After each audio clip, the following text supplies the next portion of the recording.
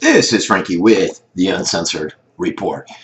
Question is the alt-right, made up name, the right, the only people that are to blame for violence? Or are these people that are down here on the bottom, Antifa, also to blame for the violence? I posted several pictures throughout the, since Charlottesville, of alt-left, the Antifa movement, getting pretty radical, along with BLM and the white supremacists, all guilty of it. We know Charlottesville, that was what? It's old news. It's a week ago. It's old news, right? Now they're shifting into making it a where there's a push to try to associate people that are with the alt-right, and also de facto the extension over Donald Trump. So if you're violent, you're alt-right. You're Donald Trump, you're a Nazi. Yeah, okay, we got that all. We got that out. We know what they mean by that, and we know where we stand. Okay, so basically, any conservative is a Nazi. That's where we stand. And then they're redoubling their efforts right now with this whole Confederate statue thing. We got our own controversy right up here in Bradenton. Tomorrow there's going to be a protest. They had to put some wood up around it. They voted 6-1, I think, to keep the statue. Over in Baltimore, you just had the Confederate associated statues that were taken down in the middle of the night. Didn't want anyone to see, didn't want any controversy, didn't want the protesters out there getting violent. You know, those protesters that are not violent. Antifa. So you got a tainted history out there of non-combatants. You got Governor, what's that guy's name? Governor Hogan. He's a Republican. He's over there in Maryland. And he's called for the removal of the statue of the Supreme Court Justice. Get this, Supreme Court Justice R. Roger B. Taney. And it's on the grounds of the State House. They recall that he's saying basically that Taney is, you know, he's that author. He's infamous for the Dred Scott decision in 1857. However, he wants it gone. There's some kind of racial overtone with this guy. It's a dark chapter in the history of the country, the history of Maryland, I guess. Forget the fact that Hogan, this same goofball governor, this Republican idiot, schmuck, just 2 years prior, had, when people were calling for the removal of this Taney statue, he had said it's political correctness, or look, we can't do this. But now, all of a sudden, he's had a change of mind. Who the hell knows why? Politicians are the worst. And regardless of that, you got a number of monuments out there, a number of statues, flags, and everything. These reminders of the divide that is out there, that the past that has been removed and destroyed.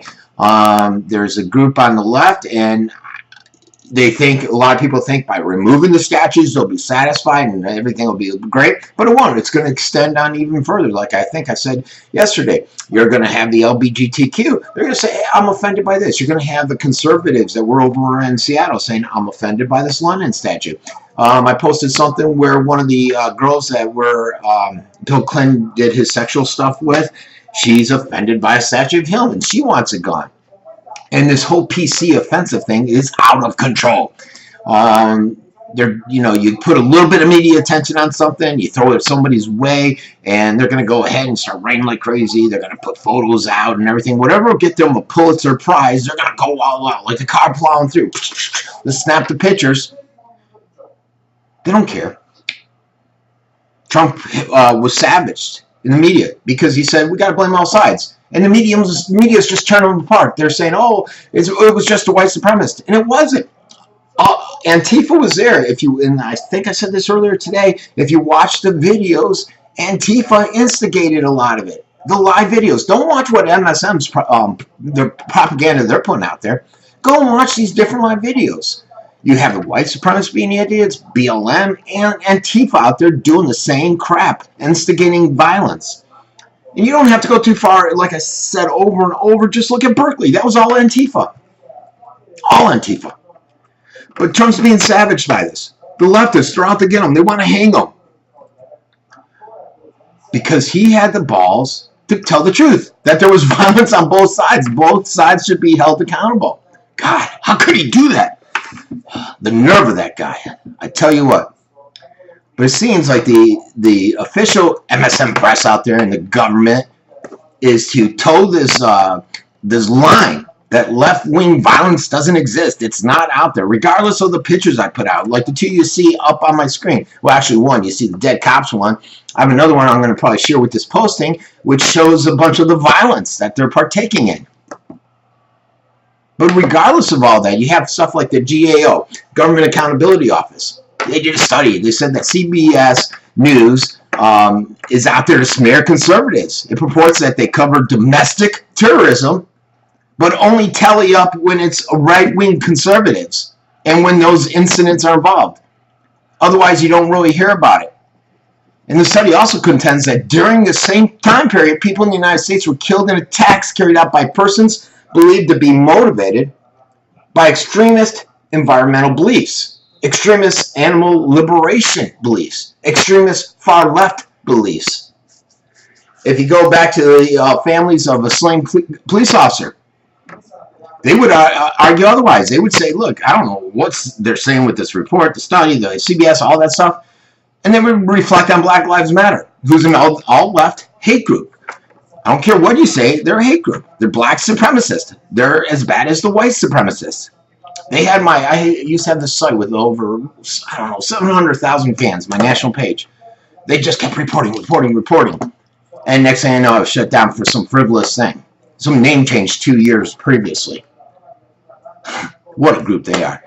But they participate in Charlottesville. They're cited as a major influence in the wave of ambush killings against police officers. The individual that just killed the Kiss Me one, he was a member of a black extremist organization. I forget the exact name, but I put it up on the wall today. Last year's assassination in Dallas. Meanwhile, you got the average black person out there, and they remain 8 times more likely to be murdered than his or her counterpart, the white man, the white person. And that's largely due to gang violence. We need to look no further than Chicago, right? The gang violence. And oddly enough, they have such stringent gun controls, yet they have some of the worst crime there. Because the criminals are the ones that get the guns, and the criminals are shooting each other, the gangs in Chicago. Gang violence. I watched a video once, and it was out of Detroit. And they illustrated, it was in the slums of Detroit, and they were talking, and I think they also had one in Chicago too, and they were just talking about the plight they're in, and they said, you know what, we always hear the Democrats are here for us, but I gotta tell you, our cities have been controlled by Democrats for years and years and years, and look at the plight we're in. Look at the poor neighborhoods we live in, the run-down neighborhoods in the Democratic control areas. I mean, do people realize that these manufacturing companies that Donald Trump's trying to bring back, that he's highly suggesting that they move them to African-American neighborhoods, to the poor areas where the demographics, people are suffering? But he gets no credit for stuff like that because MSM doesn't like him. And, you know, maybe going out on a limb here, but I don't think, and I just don't think removal of these Confederate monuments is going to fix anything. It's just going to lead to more divisiveness. And it's a real sad commentary out there, folks, that our nation, when we got a group of people, these extremists, and they're small, they're not a large group, these Antifa, these white supremacists, these BLMs, they're a small minority.